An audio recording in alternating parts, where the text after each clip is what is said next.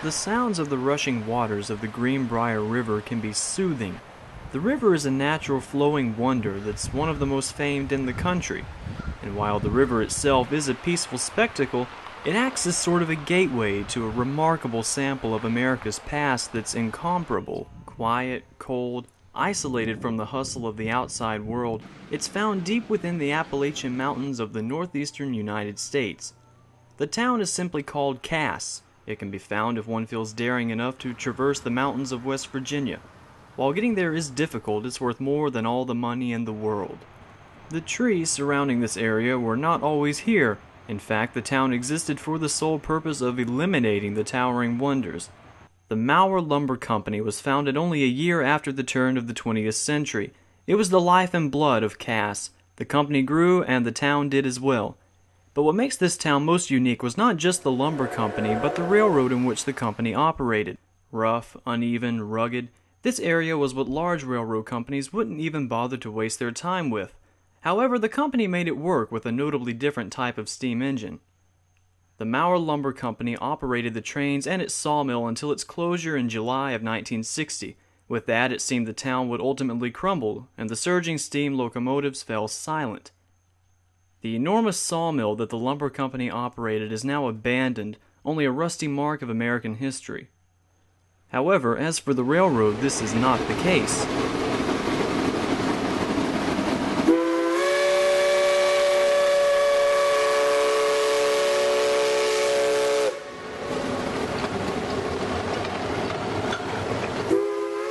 The Mower Lumber Company shipped out of Cass some of the finest wood products in the country. Gathering these trees were men who worked nearly 11 hours a day, 5 to 6 days a week. These were railroading men, loggers, and sawmill workers. The railroading men would ride up on several flat cars along the mountain, being pushed by the locomotive. Once at their location, the loggers would have several towering trees removed from the face of the earth, load them into the flat cars. Once loaded, a train full of long, brown carcasses would travel back down and be unloaded at the sawmill where the workers would then prepare them for shipping. The railroad was intricate, and it oftentimes dangerous. The steam locomotives that ran on this railroad were unusual, far different than most American railroads. The challenge was to create a type of engine that would not only be smaller yet immensely powerful compared to regular mainline trains, but would be able to travel on the loose track laid out by the lumber company. The challenge was defeated by the creation of this improbable machine, the shay. The shay is a type of locomotive that's finicky, definitely rare in some cases.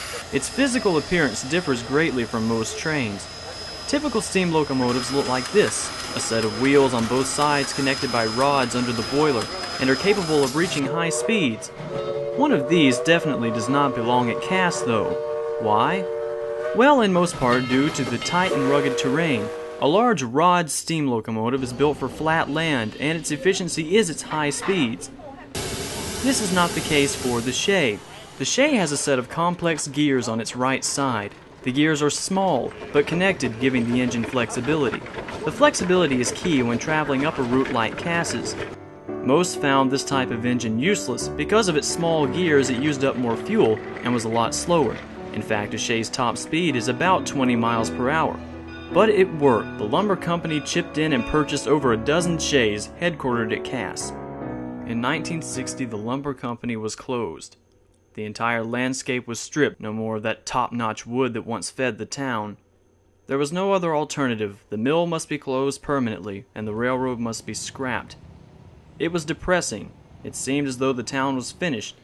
Residents of Cass fled, most of them being disgruntled workers who needed a job but couldn't find one at Cass. After all, what was there to work for? The population dwindled, except for many who proudly kept the claim of home for the town. With love comes labor, however. If the town were to survive, nowhere near any large city or other town in general, something had to be done. It was then an ideal was conceived. It was two forces that kept the town alive, the sawmill and the railroad. The sawmill had no hope of making any form of comeback, but the railroad seemed to remain. So with few surviving rusted shay locomotives, it was proposed to make the railroad a tourist site. The shays would not haul logs, but instead people, passengers who would take in the sights of the West Virginia mountainscapes.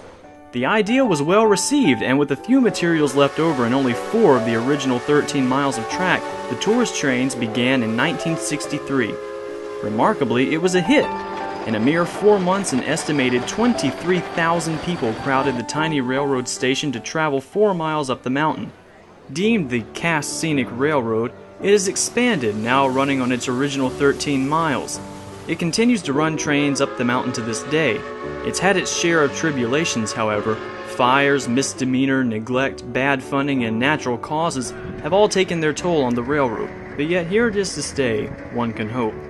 The town of Cass officially claimed a marking on the National Register of Historic Places in 1977 is a quiet throwback. Many of the original homes are still used, some for lodging, others as rentals, and some still await the treatment. The Cass Company store, once the largest general store in the country, still furnishes the town's needs, as well as the tourists. It's now a museum and restaurant, but also sells novelty merchandise. An historic Presbyterian church still stands as a community center for the town. So does a fire station. Even creepier, a turn-of-the-century prison. All of these things make for a unique experience in themselves, but it is the Shay locomotive still breathing fire and steam to this day that keeps people coming back. And you can ride behind them today. You'll be taking a trip into history, but rather than seeing stumps and twigs, you'll see second-generation trees, wildlife, and a miraculous view you can't find anywhere else. Truly a diamond in the rough, the Cass Scenic is an impressive display of steam power, and hundreds of thousands from all over the world continue to appreciate its beauty to this day. With that said, let's ride behind the trains at the Cass Scenic Railroad and see what the line has to offer.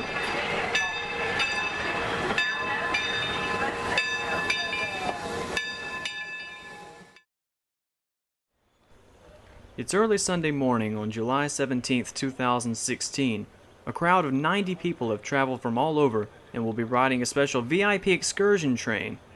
The train will be comprised of photographers and train buffs alike.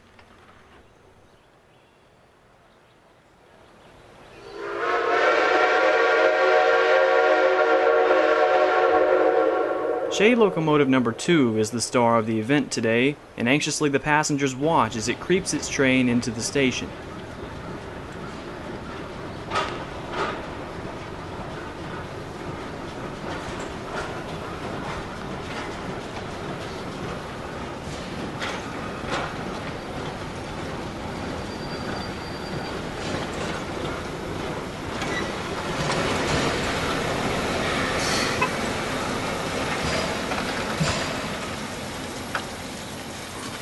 Normally, the trains at Cass are seen facing forward, pushing the trains uphill, but Shay Number 2 is turned around for the sake of artistic risk, giving photographers a chance to see the engine in a way rarely shown at Cass. The flat car, seen behind Number 2 from a goods train, is an original freight car from the 1930s. Under foggy skies, the train finally heads underway.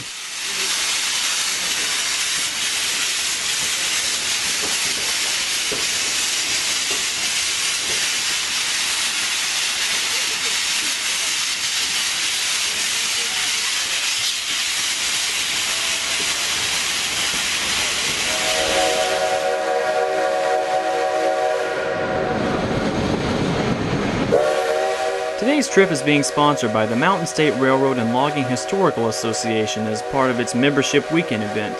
The event was put together to break away from Cass's daily schedule and give members a chance to photograph the historic trains in action.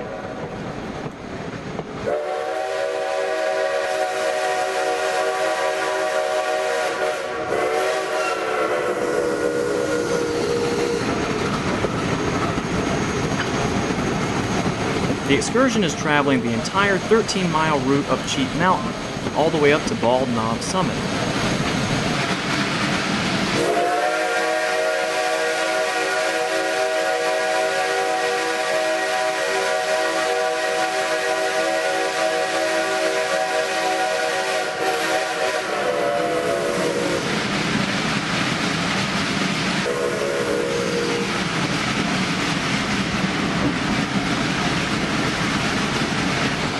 A few miles up the line, the train meets a section of track known as the SWITCHBACK. Switchbacks are set up along the cast line to help the trains navigate up the mountain without having to circle track all around to the top.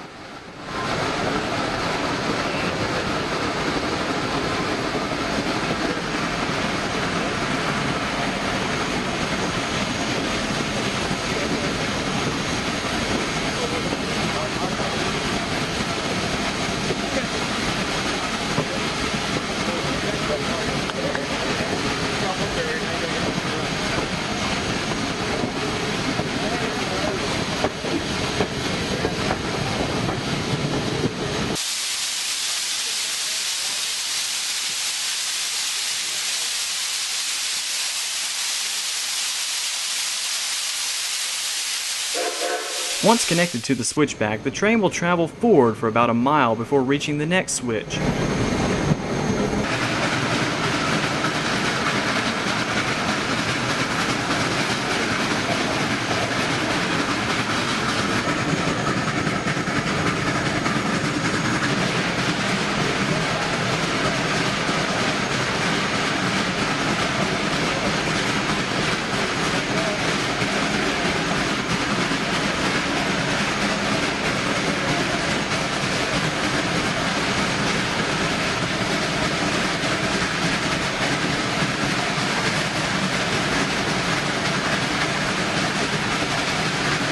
After switching off the switchback, shay number 2 will push the train the rest of the way up the mountain.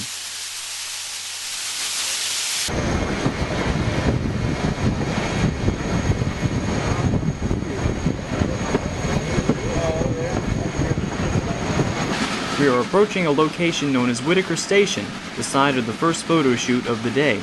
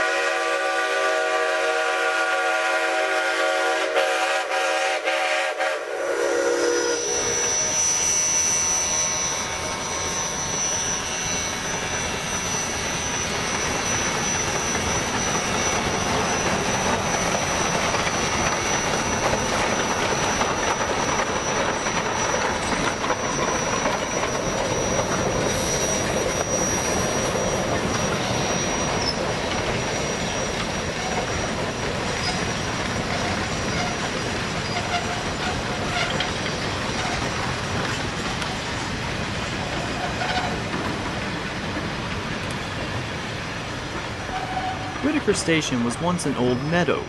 Located 4 miles up the mountain from Cass, it's where the first passenger train stopped when the Cass Scenic Railroad was founded, seeing as how the tracks were only salvageable up to that point.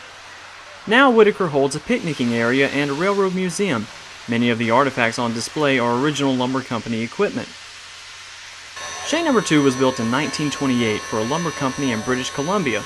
Built as number 114, it was sent to Cass in 1971 and was renumbered 2. It's a Pacific Coast type shay and for a while was the most commonly seen engine on the line. As Cass's most powerful shay, it commonly pulled the day-long mountaintop excursion trains to the summit. In 2008, the locomotive was taken out of service for heavy repairs.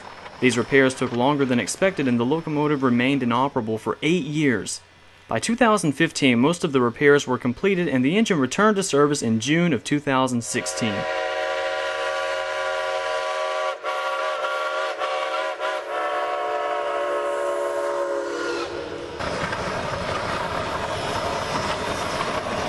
After a short break, the train continues up the mountain.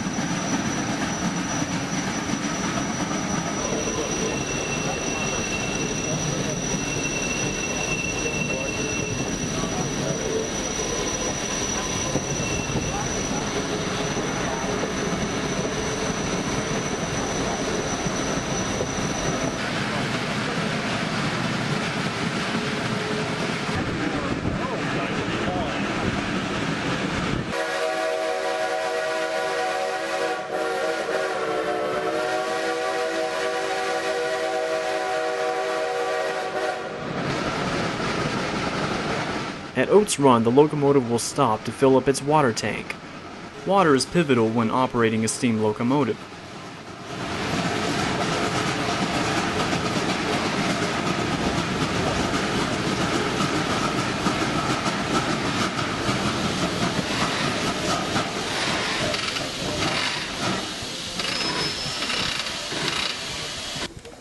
The water is siphoned into the tank through a hose from a stream alongside the mountain.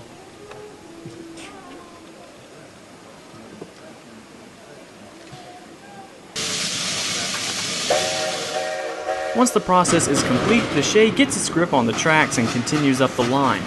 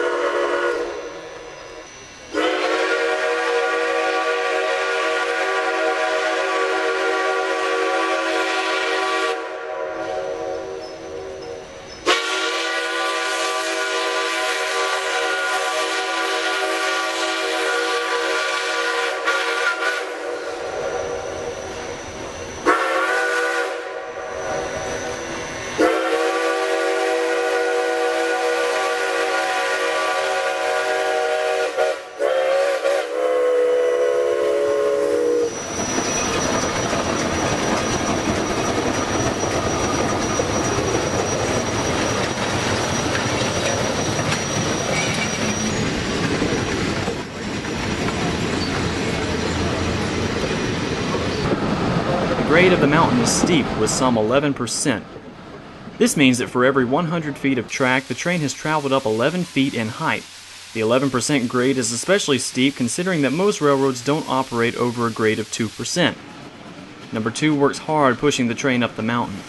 Number 2 isn't Cass's only shay. 3 other engines also pull Cass's trains. The only Cass originals are the 4 and 5. Number 4 was built in 1922 and brought to the Mower Lumber Company in 1942 as a replacement for the original number 4. When the mill shut down in 1960, number 4 powered the last trainload of lumber on the railroad. It's also notable for pulling the first passenger train for the Cass Scenic Railroad in the summer of 1963. It is 70 tons, the smallest, slowest, and quietest of the Cass fleet. Still, it remains a novelty piece for the railroad and pulls trains on occasion as far as Whittaker Station during the summer months.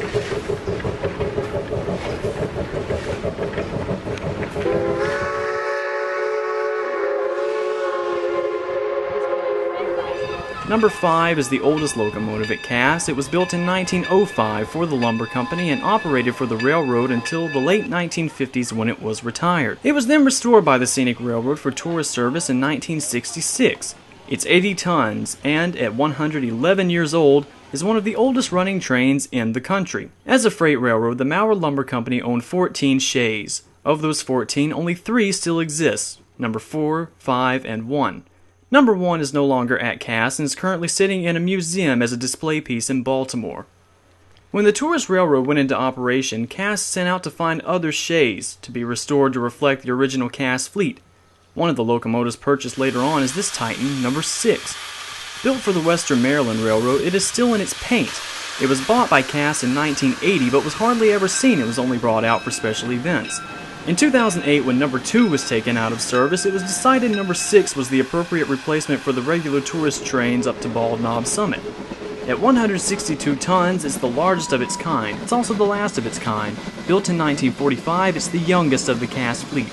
Today, number 6 and number 2 are sort of the workhorses of Cass, pulling the mountaintop trains interchangeably, while the 4 and 5 pull the trains to Whittaker Station. Meanwhile, we've now approached the steepest leg of the journey. It's the final stretch of track to the summit. It's the steepest section of track along the railroad, and Shay number 2 works hard to tackle the grade.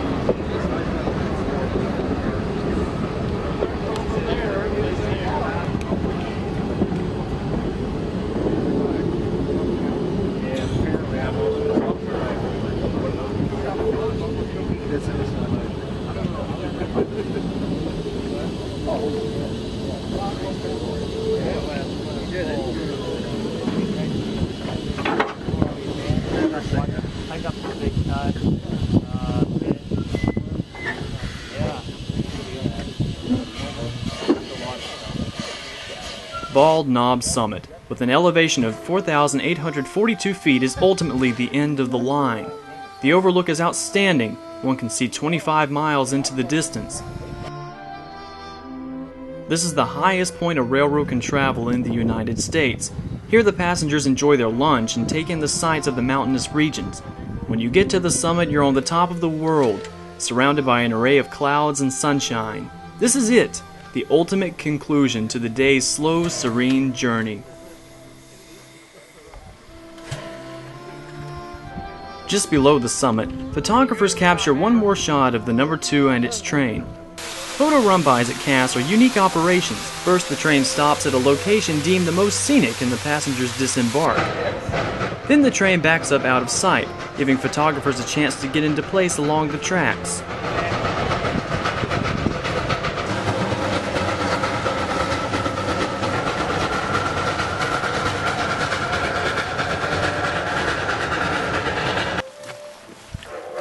With 2 short blasts of the whistle, the train indicates it's moving forward, giving the passengers a chance to capture fantastic video or photo of the Shay roaring past them.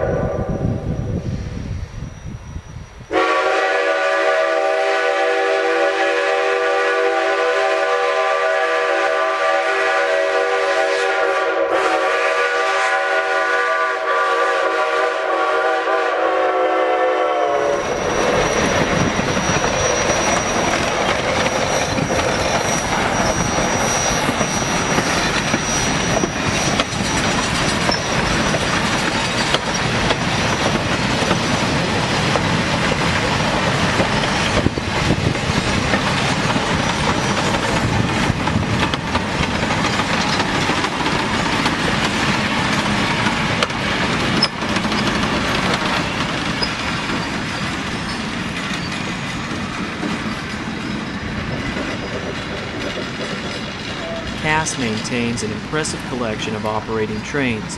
All of the heavy work to keep these trains in operation is done here at the Cass shop. It's an engine house and workshop, a place where the engines are stored when not used and also repaired if the need arises.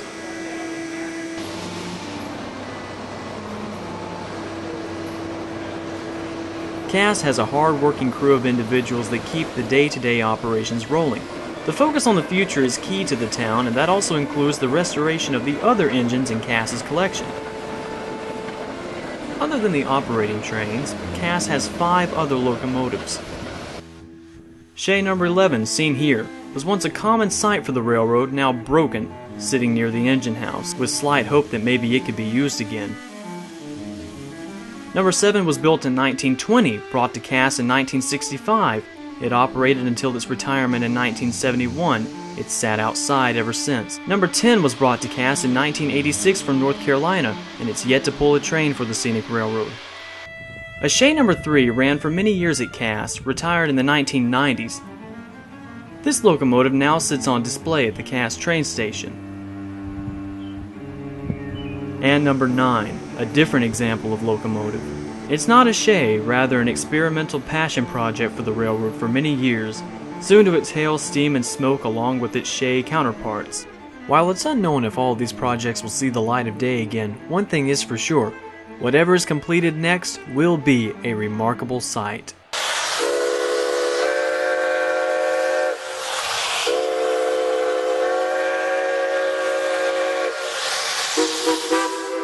Remarkable is an understatement when talking about Cass. What is it about this marvelous place that spikes the interest of people from all walks of life? Many will say the railroad, some say the town, the history, the warm and wholesome atmosphere. Some say the abandoned mill and the eeriness of the unused artifacts. Is it the view from the train, the sort of captivation of being 5,000 feet closer to the sky and heavens above? Perhaps it's all of it. Maybe it is the town, the trains, the mill, the mountains. Maybe it's just the experience as a whole, and there's a lot to take in. Many will say, quite vividly at that, Cass is a place like no other in all the world, a living museum that's history is not yet finished. The future of Cass goes uphill, as long as the trains are doing the same thing. A town worth visiting with a train worth riding, go to Cass, West Virginia, and observe the tranquility, the most genuine form of the good life.